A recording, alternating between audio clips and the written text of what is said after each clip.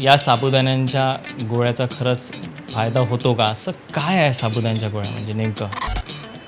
Actually ह्या ज्या गोळ्या ज्या आहेत, होमिओपॅथी आणि ॲलोपॅथी काय फरक आहे एक्झॅक्टली? बघा कसं आहे, मग होमिओपॅथीसारखी फास्ट पॅथी हां. कुठलीच नाही आहे.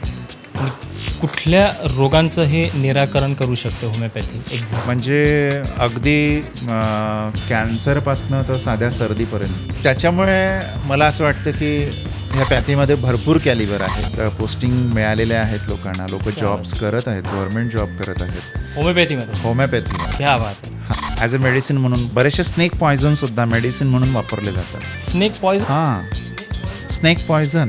जसं आता अमेरिकेचं एक स्नेक आहे, सुरुकुकू स्नेक म्हणून, त्याचं लॅकेसिस नावाचं एक मेडिसिन तयार झालं आहे. That is a very effective in hemorrhagic conditions. ही अशी एकमेव पॅथी आहे की ज्या पॅथीमध्ये माणसावर प्रूव्हिंग केलं जातं. बाकी ठिकाणी जनावरांमध्ये. हां, बाकी ठिकाणी जनावर म्हणजे ॲलोपॅथीमध्ये कुठलं आता एका फोर्सलिन पेंटरचा हा मुलगा म्हणजे डॉक्टर सॅम्युअल हनीमॅन, तर फोर्सलिन पेंटरचा 3rd चाइल्ड होते हे. लहान मुलांना किंवा वयस्कर वृद्ध जे असतात त्यांना होमिओपॅथीची ट्रीटमेंट पहिले प्रेफर केल्या जाते. सो असं का स्पेसिफिक?